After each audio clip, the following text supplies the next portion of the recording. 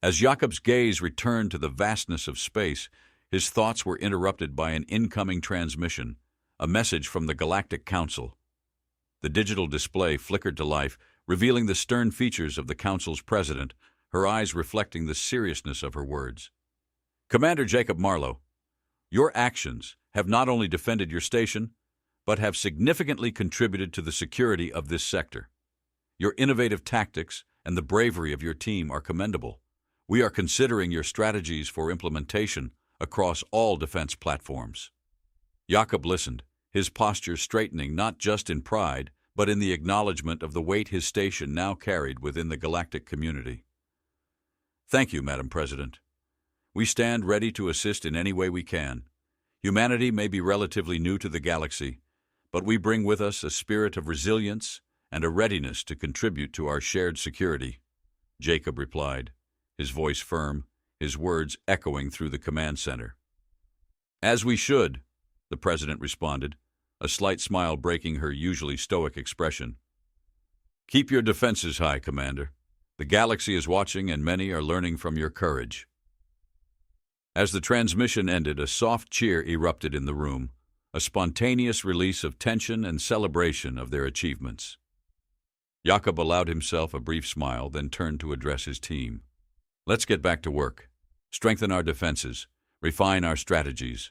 We've earned our place among the stars today, but we maintain it with vigilance and constant innovation. The command center buzzed back to life, energized by Jakob's words and the clear path forward. As Jakob watched his team, a mix of humans and allies from various planets, he felt a deep sense of pride. They were more than just survivors or defenders. They were pioneers on the galactic stage, proving that humanity's tenacity and ingenuity were forces to be reckoned with. And as the station slowly rotated, offering Jakob a view of the galaxy that was both their home and their charge, he knew this was just the beginning. Humanity had answered the call, not with whispers but with thunderous action. They were here to stay, and they would make their mark, not just with strength, but with honor and intelligence. Humanity's place in the galaxy is earned, and we will keep proving it again and again, he murmured to the stars, a promise made not just to himself, but to the entire cosmos. Erase us, if you dare, he said, each word slicing through the thickened air. We've survived worse. Your coalition's balance isn't peace, it's oppression, and humanity doesn't bend to chains, visible or invisible. The room erupted into a cacophony of voices. Kain could feel the dissonance ripple through the delegates, a symphony of confusion, anger, and, buried deep, doubt. His heartbeat remained steady, a metronome of focus, as he observed their reactions. From behind him, Commander Jarek Tyne, the appointed military liaison, leaned in just enough to mutter, "That might have been a bit too bold, don't you think?" "Bold is all we have left," Kain replied without turning. Valthus raised a gauntleted hand, and the noise fell into uneasy silence. His voice cut through like the grinding of tectonic plates. "This tribunal does not entertain bluster. Humanity will surrender all its dangerous artifacts, including the Aeon Forge, or face extermination." At the mention of the Forge, Kain stiffened. The name was a whisper in Earth's darkest legends, a weapon so potent it could rewrite the fabric of reality itself. He turned his head slightly toward Dr. Arik Voss, the quiet, brooding AI expert who had insisted on attending the tribunal. Voss's face was a mask, but Kain caught the flicker of unease in his eyes. Kain exhaled slowly, his mind racing. "The Aeon Forge is a myth," he said, his tone carefully neutral. "Earth has no such weapon." Valthus's mouth curled into something resembling a smirk. "A myth you cannot control. You will not deceive this council. Surrender it, or we will take it." Kain's patience thinned. He clenched his fists, nails digging into his palms. "Your coalition speaks of peace, yet your solution to anything that doesn't fit your fragile mold is destruction. If we're so dangerous, why not let us self-destruct? Or are you afraid we might teach the galaxy what survival truly means?" The room fell silent, the weight of his challenge pressing on every delegate. From the lower tiers, a wiry alien with flickering scales, a delegate from the Cyrelli's Union, spoke up, his words slithering like oil. Enough of this posturing. Let us vote on Earth's fate. Valtus raised his hand again, his gaze fixed on Kain. The council will deliberate. You may leave. Kain straightened, his jaw tight. I won't thank you for the courtesy. As he turned to leave, a faint vibration coursed through the chamber, subtle yet impossible to ignore. Kain's instincts flared, his thoughts snapping to the surveillance intel he had received earlier, whispers of an internal coalition rift. Once outside, in the sterile corridors of the station, Tyne grabbed Kain's shoulder. What now? They've painted us into a corner. Kain glanced around, ensuring no one was within earshot, and lowered his voice. We find the Aeon Forge. Tyne's brows knitted. Are you serious? You just denied its existence in front of the entire tribunal. And now they'll waste time second-guessing us, Kain replied, his tone sharp. If they think it's real, then it's leverage. But if we don't find it first, we're finished. From the shadows, Voss stepped forward, his voice low. The Forge isn't just a weapon. It's a Pandora's box. You're playing with fire, Kain. Kain turned to face him, his expression hard as iron. If we don't, Earth burns. I'd rather gamble with fire than roll over and die. Voss held his gaze for a moment, then nodded reluctantly. I'll access the old Earth archives, but the Forge was buried for a reason. Dig it up, Kain said, his voice resolute, because if we don't have it, we'll have nothing. The team walked briskly toward the docked, dauntless horizon. Kain's mind churned, already calculating the risks. As they approached the airlock, the artificial gravity shifted subtly beneath their feet, and a faint vibration hinted at the station's growing unrest. Kain, Tyne said, his voice more serious than usual, if this Forge is real, what makes you think we can control it? Kain stopped and turned, his gaze piercing. Control isn't the goal, Commander. Survival is. He stepped onto the ship, leaving the weight of his words hanging in the cold, recycled air. The hatch sealed with a metallic thud, cutting off the sounds of the station. Kain's pulse quickened as he realized there was no turning back now. The mission had begun. The dauntless horizon surged through the void, its sleek form cutting through the star-streaked expanse with the precision of a predator. Inside, the corridors of the ship glowed faintly with cyan light, casting shadows that danced like restless spirits along the metal walls. Elias Kain stood on the bridge, gripping the edge of a console as the tension in the room thickened. The air smelled faintly of disinfectant and scorched alloys, a stark reminder of the recent battle scars the ship carried. Commander Jarek Tyne, broad-shouldered and battle-hardened, leaned over a holographic display. We barely slipped past that coalition fleet, he muttered, his voice low but taut. If they get even a whisper of where we're headed, we're dead before we make it halfway. They won't, Kain said, his tone calm but carrying an undercurrent of resolve. His eyes were locked on the swirling hologram of their destination, a desolate star system at the edge of known space. The Coalition underestimates us. They think we're scrambling without a plan. Tyne snorted, glancing up at him. Are we not? Kain turned, fixing Tyne with a sharp look. We're not, and I need you to act like it. The bridge crew exchanged uneasy glances, the unspoken fears among them palpable.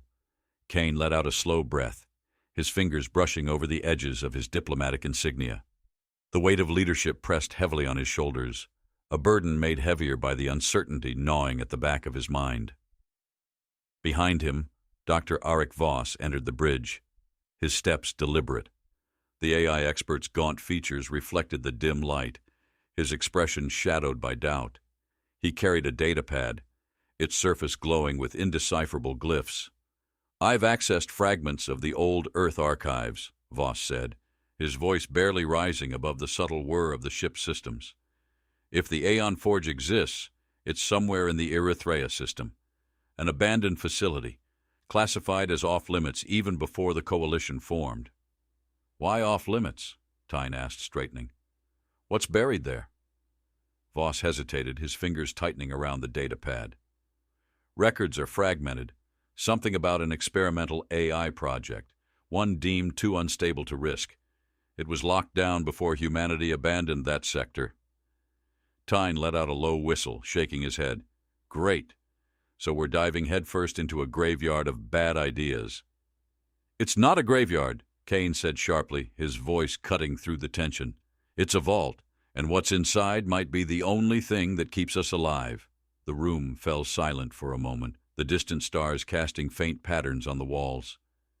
Kain turned back to the hologram, the weight of every decision pressing against his chest. He knew the risks, knew that leading this mission meant gambling with more than just his own life. Set course for the Erythrea system, he said, his voice steady. We move fast and stay quiet. No mistakes. Tyne gave a curt nod, signaling the navigation officer. Moments later, the ship shifted, the faint tremor of acceleration rippling through its frame. As the stars outside began to blur, Voss lingered near Kain, his expression troubled. If we find the forge, he said quietly, what then? Do you trust yourself to use it? Kain glanced at him, his jaw tightening. Trust isn't the issue, he said. The question is whether we'll have a choice. Hours later, the bridge was dim, the crew operating in hushed efficiency as they approached the Erythrea system. Kain had retreated to the observation deck, standing alone before the vast window that stretched from floor to ceiling. The stars seemed colder here, distant and unwelcoming, as though the universe itself held its breath. Tyne found him there, stepping onto the deck with measured strides. You're too quiet, he said, his voice breaking the stillness. That's never a good sign. Kain didn't turn, his gaze fixed on the void. Do you ever wonder, he said softly, if we're fighting for something already gone? Tyne frowned, crossing his arms. What are you talking about? Our culture, Kain said, his tone tinged with weariness. The stories, the art, the history we're trying to save, how much of it have we already lost? How much of it will even matter if we survive this? Tyne stepped closer, his voice firm. It matters because we say it does. That's what they don't understand. The Coalition, the galaxy, they think survival's just about breathing and eating.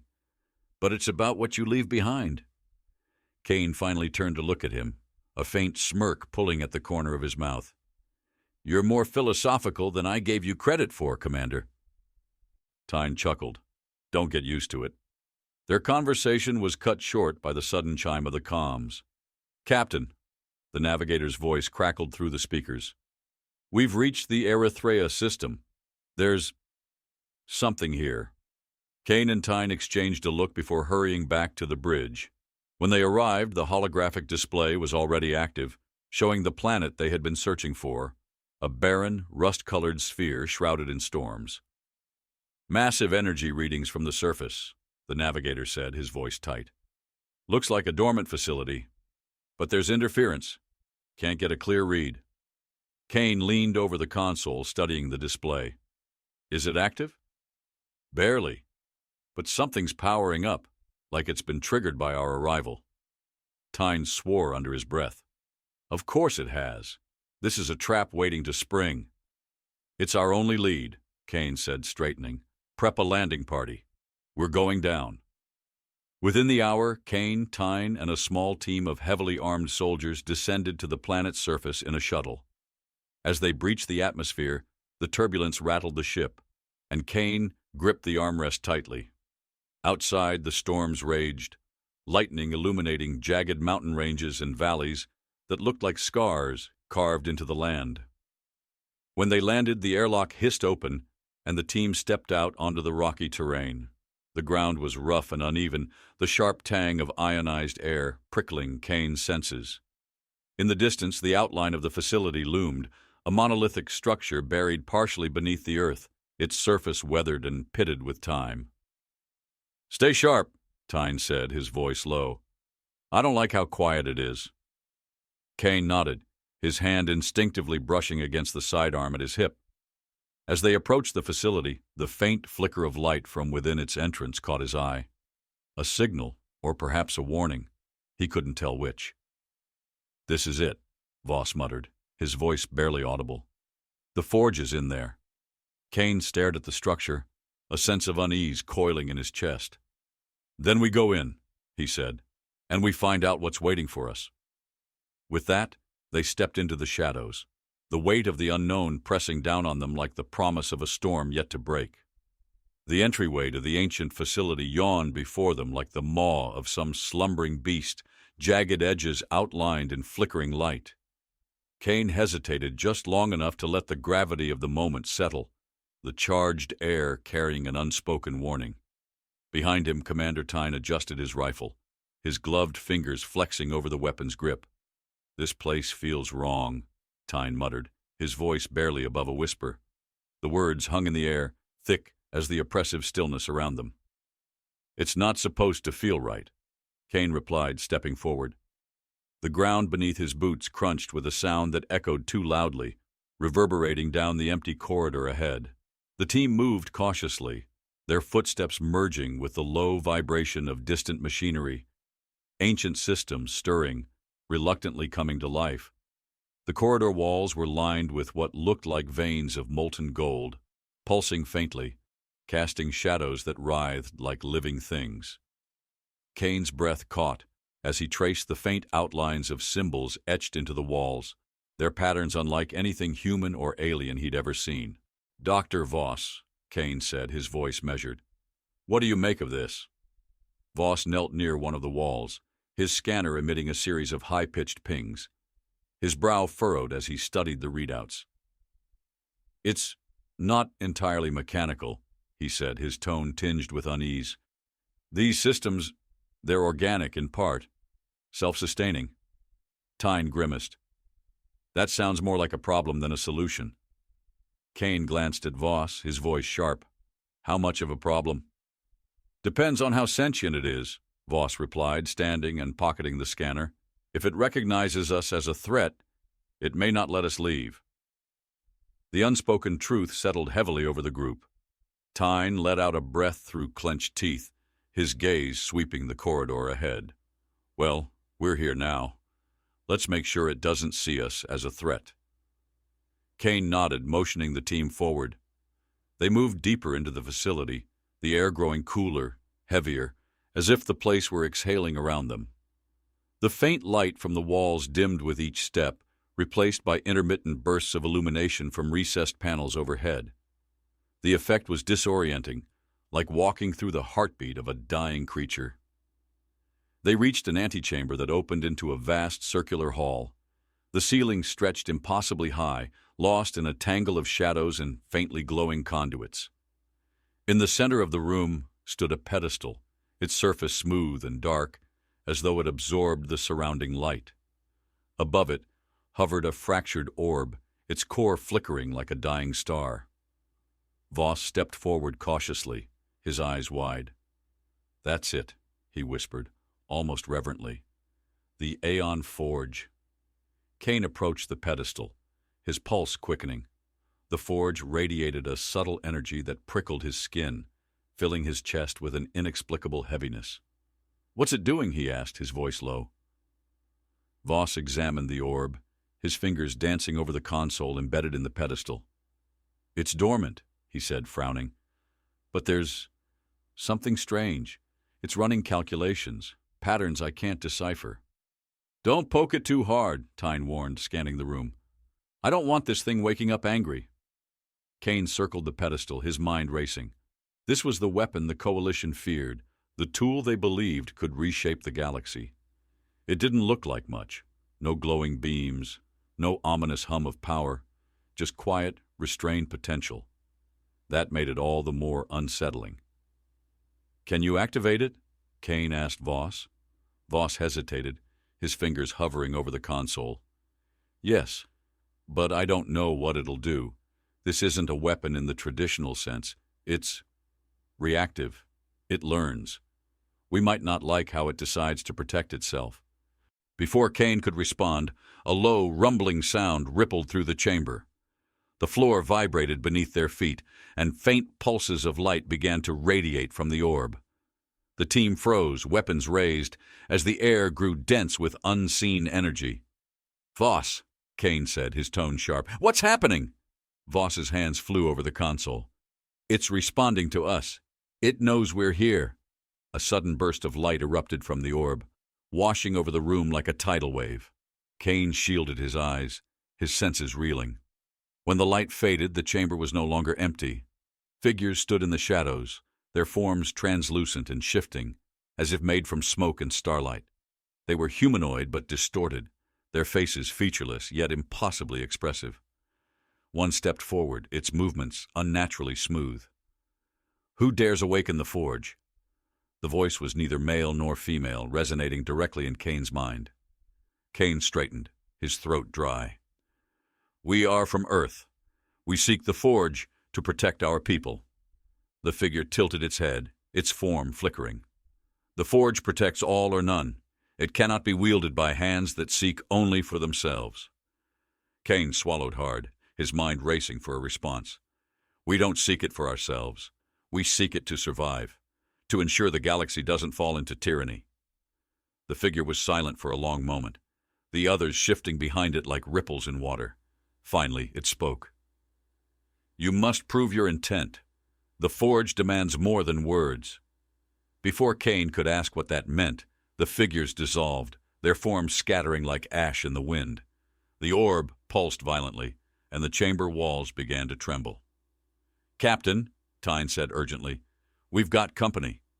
The faint tremors grew into a quake, and Kain realized the facility itself was reacting, as if the Forge's awakening had triggered a defense mechanism. Panels along the walls slid open, revealing drone-like constructs that emerged with unsettling precision. Their limbs glinted with sharp edges, their movements unnervingly synchronized. "Fall back!" Kain shouted, drawing his sidearm. The team retreated toward the corridor, firing as the drones advanced. The air filled with the sharp crack of gunfire and the metallic screeches of the constructs. Sparks erupted where bullets struck, the smell of heated alloy biting at Kain's nose. "Voss!" Kain barked. "Shut it down!" "I can't!" Voss yelled back, his voice strained. "It's not responding to any commands." The team reached the corridor, the drones close behind. One lunged, its bladed arm slicing through the air inches from Kain's head. He fired point blank, the shot hitting its mark and sending the drone crumpling to the ground. "We're not going to make it at this rate," Tyne shouted, reloading as they ran. "Keep moving," Kain ordered, his mind racing. They had come too far to fail now. Whatever trial the Forge demanded, they would face it. But they needed to survive first. The group barreled through the facility, the sound of pursuing drones echoing like a relentless drumbeat. Ahead, faint light marked the exit, but the path to safety seemed impossibly far. Kain clenched his jaw, determination flaring in his chest. This wasn't the end. It couldn't be. Not yet. As they neared the exit, a new sound cut through the chaos, a deep, resonant vibration that seemed to emanate from the Forge itself. Kain glanced back, catching a glimpse of the orb's light spilling into the corridor. The energy pulsed, and the pursuing drones froze mid-stride, their forms collapsing as if extinguished. The team stumbled into the open air, gasping for breath as the facility's entrance sealed behind them. Kain turned, his heart pounding, as the faint glow of the Forge's light faded into darkness. "What the hell just happened?" Tyne demanded, his voice raw. Kain didn't answer immediately. His gaze lingered on the sealed doorway, a chill running down his spine. The Forge had tested them, but it wasn't done. Not by a long shot. "We passed the first trial," Kain said quietly, "but this is only the beginning." The sealed doorway of the Forge facility was a haunting silhouette against the dim, swirling skies of Erythrea. Elias Kain stood motionless, his breath still ragged from the escape. His team was scattered around him, catching their own breaths, weapons clutched tightly. The planet's atmosphere carried a strange weight, pressing against their lungs and leaving a faint metallic taste on their tongues. Tyne was the first to break the silence. "That wasn't a trial," he muttered, his voice edged with disbelief. "It was a message." Kain turned to face him, his eyes narrowing. "And we're still alive to figure it out. That's what matters." Voss crouched by a rock, his fingers tapping furiously at the tablet he'd managed to salvage during their retreat.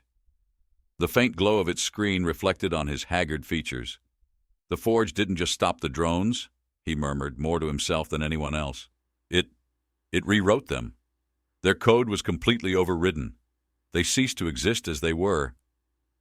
That's what we're dealing with? Tyne asked, pacing in tight, agitated circles. A weapon that rewrites reality on a whim? It's not a whim, Kain said, his voice low but firm. He stepped closer to Voss, his gaze intense. What triggered the rewrite? Was it something we did? Voss shook his head, his eyes scanning line after line of code. No, it wasn't us. The Forge reacted to something deeper. Our intent, maybe. It's impossible to say for certain, but it felt like it was observing us. Observing? Tyne echoed bitterly. Great. So now we've got a judgmental weapon deciding if we're worth saving. The tension among the group was palpable, each man silently wrestling with the implications of what they had just encountered. Kain's mind churned, trying to piece together the puzzle before them. The Forge had allowed them to leave alive, but it had also left a lingering question. Why? What had they proven, if anything at all? Before Kain could dwell further, the ship's communicator crackled to life, breaking the heavy quiet. The voice on the other end was sharp, urgent. Dauntless Horizon, this is Lieutenant Marek. We've picked up Coalition ships entering the system. Multiple signatures. They're scanning for us. Kain's chest tightened. The Coalition's response was faster than he'd anticipated. They'd come for the Forge, and they wouldn't leave until they had it, or destroyed everything in their path. Marek, Kain said into the communicator, his tone clipped. Maintain a low profile. Don't engage unless you're discovered. Acknowledged, Captain, came the terse reply. Tyne's expression darkened. They're not here for diplomacy, Kain. If they find us, we're done. They won't find us, Kain said, though the words felt like a gamble. He turned to Voss. Can we use the Forge to mask our presence?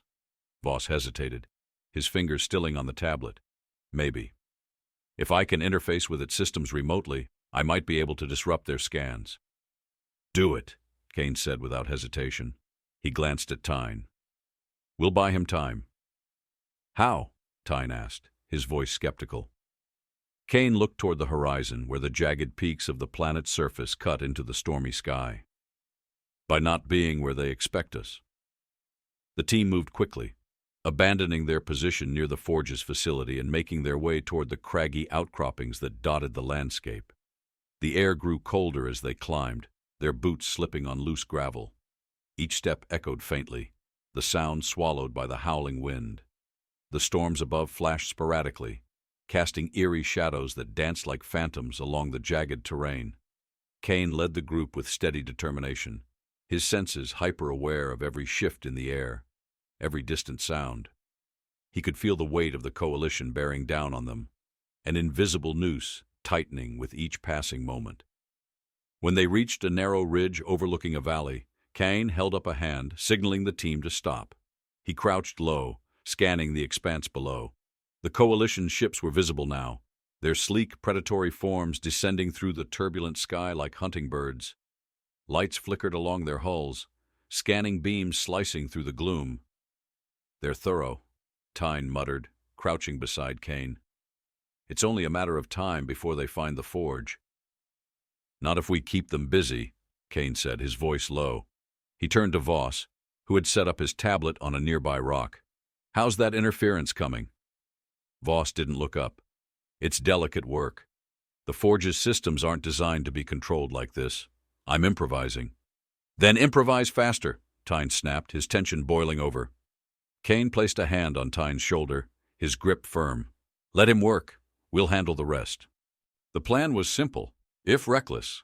Draw the Coalition's attention away from the Forge by making them think the team had already moved it. Kain's group would create a diversion, using the terrain and their own ingenuity to lead the enemy on a wild chase. It was a desperate gamble, but desperation was all they had. As they descended into the valley, Kain's pulse quickened. The Coalition ships were closer now, their searchlights sweeping the ground like cold, unfeeling eyes. The team moved silently, their movements synchronized, every step calculated. The air smelled faintly of rain, and the distant rumble of thunder added to the oppressive atmosphere. They reached a narrow pass between two towering cliffs, the perfect spot for an ambush. Kain signaled for the team to take positions, his own heart pounding as he crouched behind a jagged rock. The Coalition's forces would come this way. It was the most logical path to the Forge. All they had to do was make it seem like they were here for a reason. The first Coalition patrol appeared moments later, their forms silhouetted against the faint light of the storm-riddled sky. They moved with mechanical precision, their weapons scanning every shadow, their helmets glinting with cold efficiency. Kain waited until they were close enough to see the faintest detail of their armor before he gave the signal. The team opened fire in unison, the sharp crack of their weapons cutting through the storm's howling winds. The Coalition patrol scrambled for cover, their own weapons lighting up the narrow pass with deadly precision. The firefight was brutal and chaotic, every sound amplified by the close quarters. Kain's senses were on high alert, his every movement calculated to avoid the deadly streaks of enemy fire. His team fought with relentless determination, their coordinated efforts creating a cacophony of defiance that echoed through the pass. "Voss," Kain barked into his communicator, his voice sharp. "How much longer?" "Almost there," Voss replied, his voice strained. "Just keep them off me a little longer." Kain gritted his teeth, his focus narrowing on the battle before him.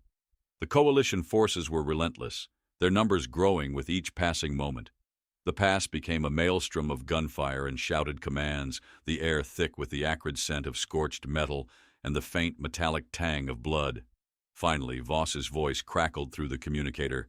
"It's done! Their scans are blind! We've bought ourselves time!" Kain didn't waste a moment.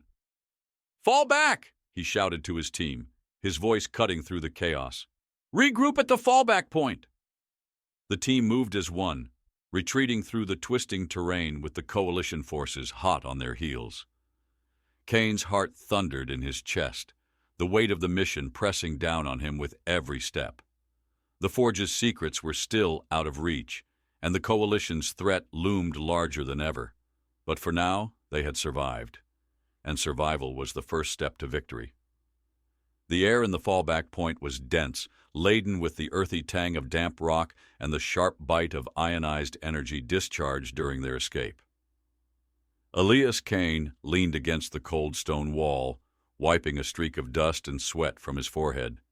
The narrow cavern where the team had regrouped offered no comfort, just a momentary reprieve from the relentless pursuit.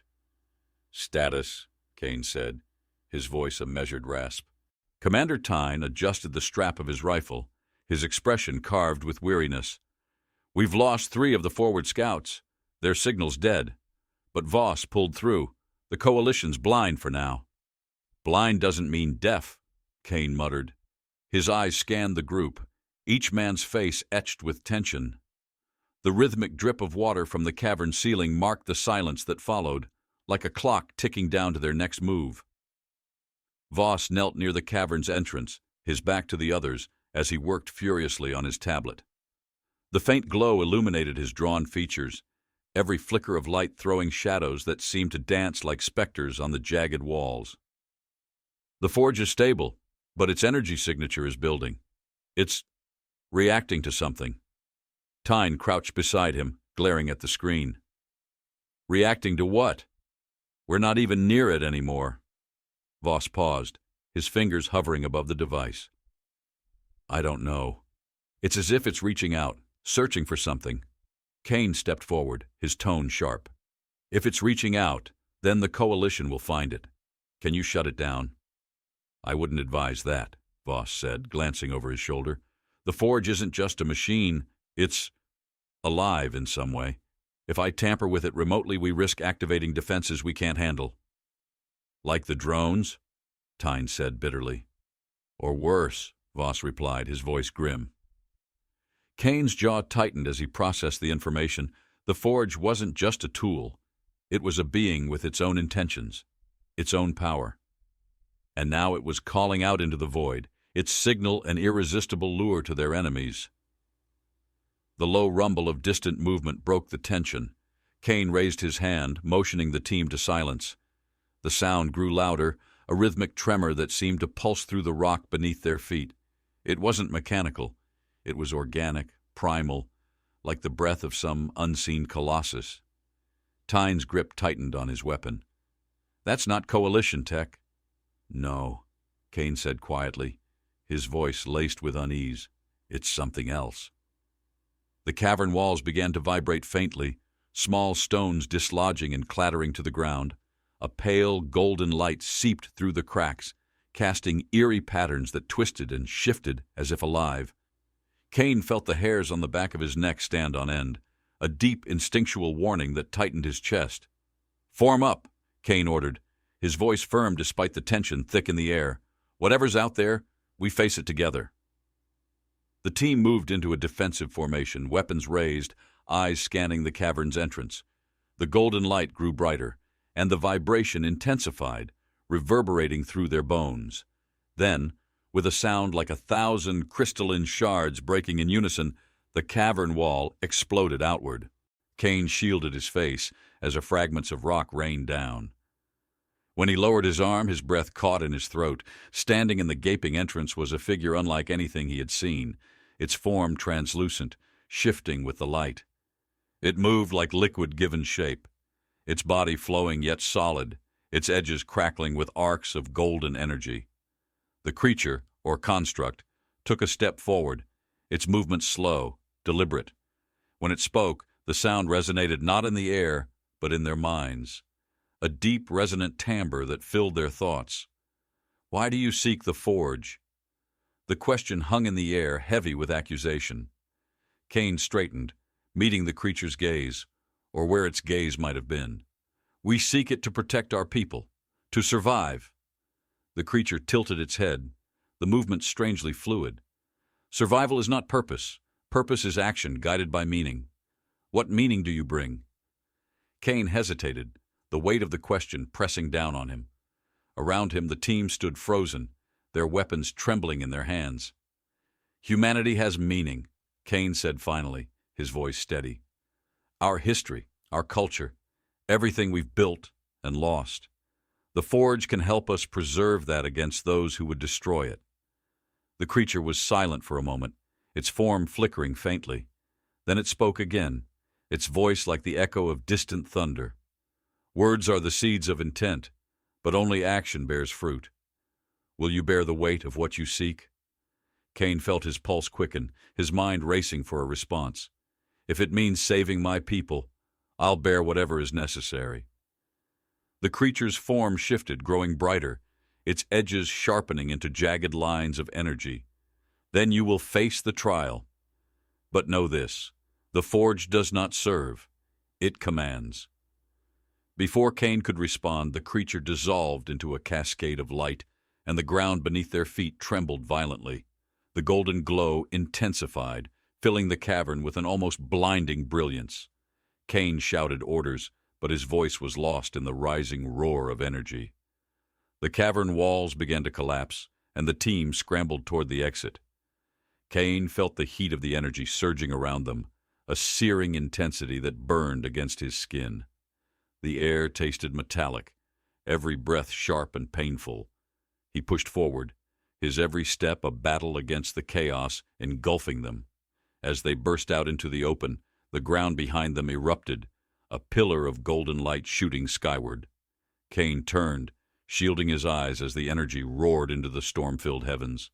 The Forge's signal had grown stronger, its power now visible across the desolate landscape. "We need to move," Tyne said urgently, his voice cutting through the chaos. "That light's a beacon. They'll be on us in minutes." Kain nodded, his mind racing. The Forge wasn't just reacting, it was awakening. And now, the Coalition would come, drawn by its power. But the Forge had also delivered a warning, one Kain couldn't ignore. As the team began their retreat, Kain cast one last glance at the golden pillar of light. The Forge had shown them a glimpse of its true nature, a force beyond understanding, a power that defied control. It was a storm waiting to be unleashed, and Kain knew they were standing at its edge. "Let's go," he said, his voice firm. "This isn't over, not by a long shot." The team disappeared into the stormy terrain, the golden light of the Forge burning behind them like an unspoken promise and an imminent threat. The storm clawed at the horizon as Elias Kain's team moved swiftly over the jagged terrain, the golden light of the forge shrinking behind them, but still illuminating the darkened sky like a distant, vengeful sun. Every crack of thunder seemed to echo with a foreboding edge, as though the planet itself were warning them of what was to come. "We can't keep running," Tyne growled, his voice barely audible over the howl of the wind. His gaze darted to the dark shapes in the sky, Coalition patrol ships, their sweeping lights painting the ground in restless patterns. "We're not running," Kain replied, his tone sharp. "We're regrouping." "That's a polite way of saying retreat," Tyne shot back, his knuckles whitening on his rifle. Kain didn't answer immediately, his mind a storm of calculations and contingency plans. The Forge's awakening had sent ripples through the galaxy, and the Coalition's swift arrival made one thing abundantly clear: they had been waiting for this moment. But Kain wasn't ready to let them dictate the terms. The team reached a sheltered ravine, the sharp overhangs offering a reprieve from the open terrain. The air here was thick and heavy, carrying the faint tang of ionization and the earthy scent of rain-soaked stone. Kain crouched behind a boulder, his pulse steady but quick, his thoughts aligning into a singular focus. "Voss," he said, turning to the scientist who was hunched over his tablet, the device's glow reflected in his glasses. "Can we contact the dauntless horizon?" Voss nodded, though his movements were hurried. "Short-range comms only. The interference from the Forge is wreaking havoc with long-range signals." "Do it," Kain ordered. "We need to re-establish command." As Voss worked, Tyne sat heavily on a nearby rock, his expression grim. "What's the plan, Kain? Because right now it feels like we're one wrong step away from a burial plot." Kain glanced at him, his tone edged with determination. "The Coalition isn't here for a fight. They're here to secure the Forge. That's our leverage." Tyne snorted, shaking his head. "Leverage? They outnumber us 10-1 and have firepower that'll turn this planet into a crater." Kain's gaze hardened. "That's why we don't fight them on their terms." The communicator crackled to life and Marika's voice filtered through, distorted but clear enough to understand. "Horizon here. What's your status?" "Pinned down, but functional," Kain replied. "We've confirmed the Forge is active, and the Coalition is mobilizing." Marik's response carried the tension of a man holding a fragile line. "They're sweeping the system. If they find you, we won't have time to extract." "Then we won't give them the chance," Kain said, his tone resolute. "I need you to prepare for a diversion, something loud enough to draw their attention away from us." "Understood," Marik said, "but you'll only get one shot at this." "That's all we need," Kain replied, cutting the line. Voss looked up from his tablet, his expression unreadable. "You're betting everything on a distraction?" "I'm betting everything on time," Kain said. "If we can buy enough of it, we might have a chance to negotiate." "Negotiate with Valthus?" Tyne asked incredulously. "You've seen what they're willing to do. They don't negotiate." "They will if they think we have something they need," Kain countered. "The Forge isn't just a weapon, it's a piece of their history, too. They've been trying to control it for centuries, and now it's awake. That changes the game." The words hung in the air, their weight sinking into the minds of every man present. Kain's plan wasn't just a gamble. It was a razor-thin path through chaos, with failure lurking at every step, but it was also the only path that gave them any hope of survival. The team began their ascent out of the ravine, moving toward a high ridge that overlooked the Coalition's main landing site. The climb was grueling, every step demanding precision as loose rocks crumbled beneath their boots. The air grew thinner, carrying the faint taste of charged particles from the storm above. Kain's muscles burned, but he pushed forward, his focus unyielding. When they reached the ridge, the view was both awe-inspiring and ominous. Below them, the Coalition's forces were arrayed in a perfect display of military precision. Rows of ships and vehicles, their surfaces gleaming like polished steel under the flickering stormlight. Soldiers moved with mechanical efficiency, their armor reflecting the glow of their transport's engines. It was a show of power meant to intimidate, and it worked. Voss exhaled slowly, his voice barely above a whisper. "That's a lot." "It's enough," Kain said, crouching to study the terrain. His mind worked quickly, mapping out possibilities and risks.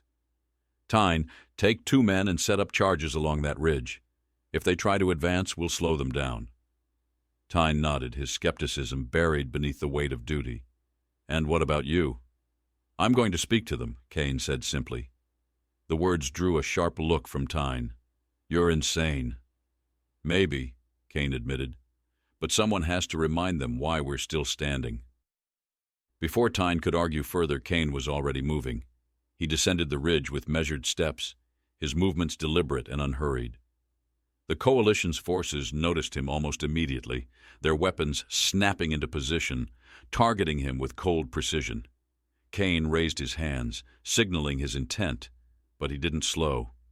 When he reached the edge of their perimeter, a group of heavily armed soldiers approached, their helmets reflecting the storm-tossed sky. The lead soldier raised a hand, signaling for Kain to stop. Identify yourself. Elias Kain, he said, his voice steady. Representative of Earth, I'm here to speak with High Arbiter Valthus. The soldier's visor tilted slightly as though studying him. You have no authority here. I have the Forge, Kain replied. The statement wasn't entirely true, but it wasn't a lie either. The reaction was immediate. Tension rippled through the ranks, and the soldier hesitated. After a moment, the soldier gestured for Kain to follow. Don't try anything. Kain fell into step behind them, his pulse steady despite the weight of their scrutiny.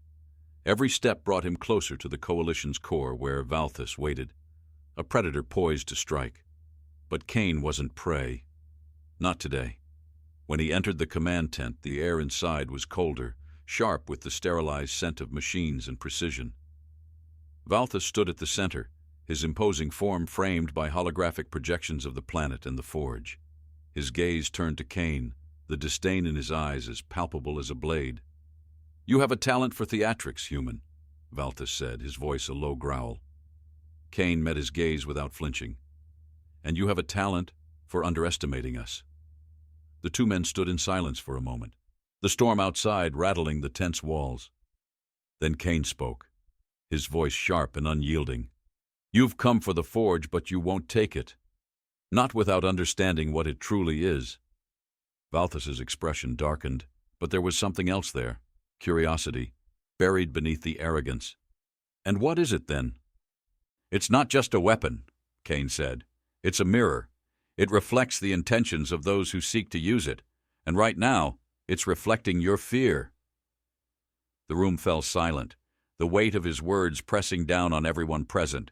Kain could see the flicker of uncertainty in Valthus's eyes, a crack in the armor of his conviction. It was a small victory, but one that could grow.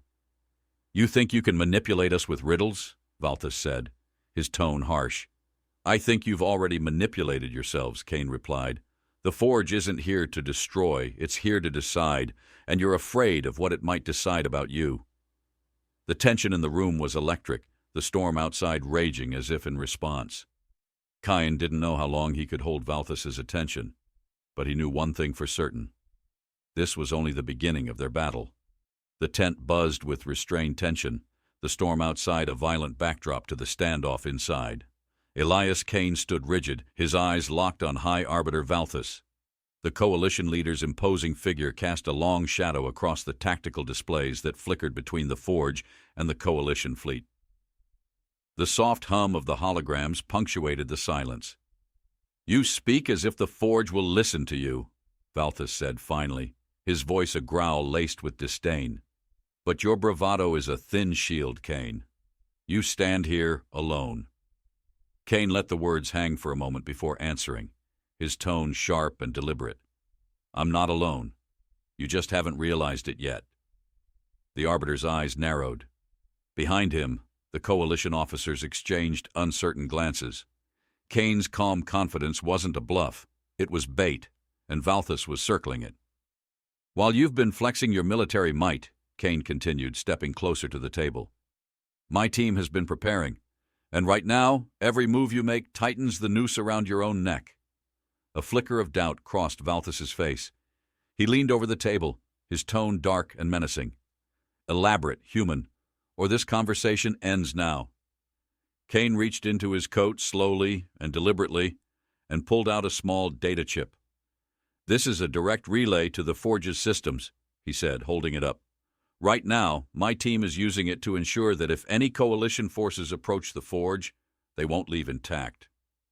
The lie was polished, and Kain delivered it with precision. He knew he had to buy time, not just for his own survival, but for the strategy unfolding miles away. Valtha studied him, his expression unreadable.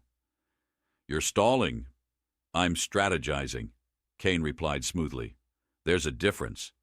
The Arbiter straightened, his imposing frame shifting as though weighing Kain's words. "What is your endgame?"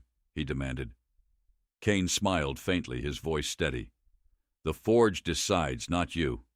And if you don't back off, it will decide the Coalition's fate as well."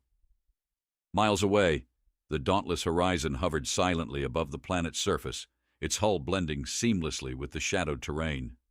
Inside the ship, Commander Jarek Tyne stood in the command center, his sharp gaze fixed on the holographic map displaying the Coalition fleet's movements. "They're spreading too thin," Tyne said, pointing to a cluster of ships on the far side of the planet. "If we hit their communications relay here," he tapped a glowing node, "it'll disrupt their coordination and give us an opening." Lieutenant Merrick nodded, his fingers flying over the console. "We can deploy drones to scramble their signals. It'll take precise timing, though. If they catch on too soon—" "They won't," Tyne interrupted, his tone firm. "We'll hit fast, disable their relay, and redirect their forces toward a decoy." "And the decoy?" Merrick asked. Tyne allowed himself a small, grim smile. "That's Kain's part of the plan. He's got Valthus dancing in circles. We just need to make it convincing." The team moved with purpose, the command center a controlled chaos of activity. Tyne's orders were precise, every detail scrutinized. He knew the Coalition wouldn't fall for anything sloppy, and failure wasn't an option. "Launch the drones," Tyne commanded, "and prep the decoy ships. Let's give them something to chase." Back in the Coalition's command tent, Kain felt the shift in the air, a subtle change in the Arbiter's posture, a flicker of uncertainty in the room. It was the moment he'd been waiting for. "You think we fear the Forge?" Kain said, his voice measured but firm. "But it's not the Forge you should fear. It's what it reveals about you. Your Coalition's strength isn't unity, it's control, and control breaks under pressure." Valthus's eyes darkened. "Enough of your riddles, Kain." Before the Arbiter could continue, a Coalition officer approached, his expression tight with urgency. "Arbiter, we've lost contact with the secondary relay. Our fleet is reporting interference across multiple channels." Valthus turned sharply, his composure cracking. "What interference?" The officer hesitated, glancing at Kain before answering. "Localized signal disruption. It's coordinated." The Arbiter's gaze snapped back to Kain, fury igniting in his eyes. "You're playing a dangerous game, human." "No," Kain said, stepping closer to the table. "I'm showing you that this isn't your game anymore." On the dauntless horizon, Tyne watched as the Coalition fleet began to shift, their formations breaking as ships moved to investigate the disruption. The decoy drones, disguised as small strike craft, darted through the atmosphere, drawing fire and spreading chaos. "It's working," Merrick said, a hint of disbelief in his voice. "Good," Tyne replied. "Now we hit them where it hurts. Target their command ship and disable its navigation. Let's see how well they lead without it."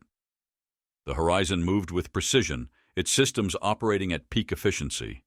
On the view screen, the Coalition's flagship loomed, its sleek design marred by the confusion unfolding around it. "Fire when ready," Tyne ordered. The ship's weapons discharged in a controlled volley, the bright streaks of energy cutting through the atmosphere and striking the Coalition flagship. The impact was immediate. Engines flared, and the ship began to list, its movement sluggish and erratic. Marish let out a breath. "Direct hit. Their command systems are offline." "Keep the pressure on," Tyne said, his focus unyielding. "We need to hold them off until Kain makes his move." In the command tent, the tension was palpable. Valthus barked orders, his calm exterior fraying as reports of disruptions flooded in. Kain watched silently, his mind racing. He had to push harder, to force the Arbiter into a decision that would shift the balance in their favor. "You've lost control," Kain said, his tone almost conversational. Your forces are scattered. Your command is compromised. The Forge doesn't need to destroy you. You're doing that on your own. Valthas rounded on him, his anger barely contained. You think this is a victory? The Coalition will crush your resistance. Do it, Kain said, and make it fast. Valthas caught the exchange, his eyes narrowing with suspicion. You've lost control of your precious artifact. Kain turned to him, his expression unreadable. Control was never the point. The Forge isn't here to be controlled. It's here to judge. Valthas opened his mouth to retort, but a deafening crack split the air. The Forge's light expanded outward, sweeping across the battlefield like a tidal wave. Kain braced himself, the surge washing over him with an almost physical force. For a moment, the world went still, the roar of the storm silenced, replaced by an eerie calm. When Kain opened his eyes, he found himself standing in a vast, endless expanse of white. The Forge's energy surrounded him, shifting and swirling like liquid light. In the distance, faint echoes of voices, human, alien, ancient, whispered indecipherable words. You are the first to stand before me and understand. The Forge's voice resonated, neither human nor machine. It spoke in layers, its tone vast and endless. Why have you come? To protect my people, Kain said, his voice steady despite the weight of the question. The light coiled around him, its intensity increasing. Protection at the cost of others? No, Kain said firmly. Protection that proves we belong, not as conquerors, not as destroyers, but as equals. The Forge pulsed, the energy brushing against Kain's skin like a curious touch. Your kind has suffered. You have endured. Yet you refuse to submit. Why? Kain hesitated, the memories of humanity's struggles flashing before his eyes. Wars, disasters, near extinction. Because survival isn't enough, he said. We fight not to exist, but to thrive, to leave something behind. That's what makes us human. The light dimmed, the whispers fading. Then the Forge spoke again, its tone measured and final. Your defiance is not without merit, but neither is your opposition. The Coalition fears you because they see themselves in you. The vision shattered, and Kain was back in the tent. Valthas's voice was a distant roar, the Arbiter barking commands to his scattered officers. The Forge's energy was subsiding, the golden light retracting into the distant column, but its presence remained a palpable weight in the air. What just happened? Tyne's voice crackled over the comm. The Forge spoke, Kain said quietly, and it made its decision. Before Tyne could respond, Valthas slammed his hands on the table, his composure in tatters. What are you hiding, Kain? Kain's gaze locked onto the Arbiter, his voice cold as steel. The Forge isn't hiding anything. It's waiting. It knows we're all the same, terrified of what we can't control. But this time, we have a choice. Valthas sneered. There is no choice. Your kind will burn. Kain stepped closer, his presence filling the room like a storm front. You're wrong. The Forge doesn't belong to Earth, or the Coalition. It belongs to those who are willing to build a future, not destroy it. The tension in the room cracked like glass under pressure. Coalition officers shifted uncomfortably, their uncertainty growing as Kain's words took root. Valthas felt the shift, his authority slipping through his grasp like sand. Outside, the dauntless horizon hovered above the battlefield, its presence a silent challenge to the Coalition fleet. Tyne's voice crackled over Kain's comm. The fleet's breaking formation. Some of them are retreating. Kain allowed himself a small, grim smile. Fear does that. Valthas slammed his fist into the table, the sound echoing through the tent. This isn't over. No, Kain said, his voice steady. It's just the beginning. You've seen what the Forge can do. Now imagine what happens if it falls into the hands of someone with nothing to lose. The Arbiter's fury flickered into something else. Fear. For the first time, Kain saw the cracks in the Coalition's facade, the uncertainty that had always been there but hidden beneath arrogance. The Forge doesn't serve, Kain said, his words deliberate. But it listens, and right now it's listening to us. The Arbiter was silent, his chest heaving with restrained fury. Finally, he turned to his officers. "Withdraw!" The word fell like a stone into still water, its ripples spreading across the tent. Coalition forces began their retreat, their ships lifting off and vanishing into the storm. The Forge's light dimmed further, its pulse slowing to a steady rhythm, a heartbeat of possibility.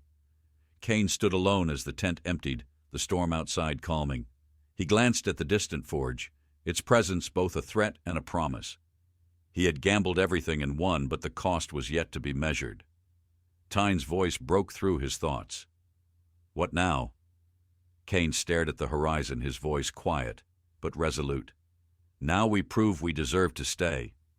The Forge's glow lingered, a testament to humanity's refusal to be erased. They hadn't just survived, they had been heard. And in the vast expanse of a galaxy that sought to crush them, humanity had made the universe understand what it meant to endure.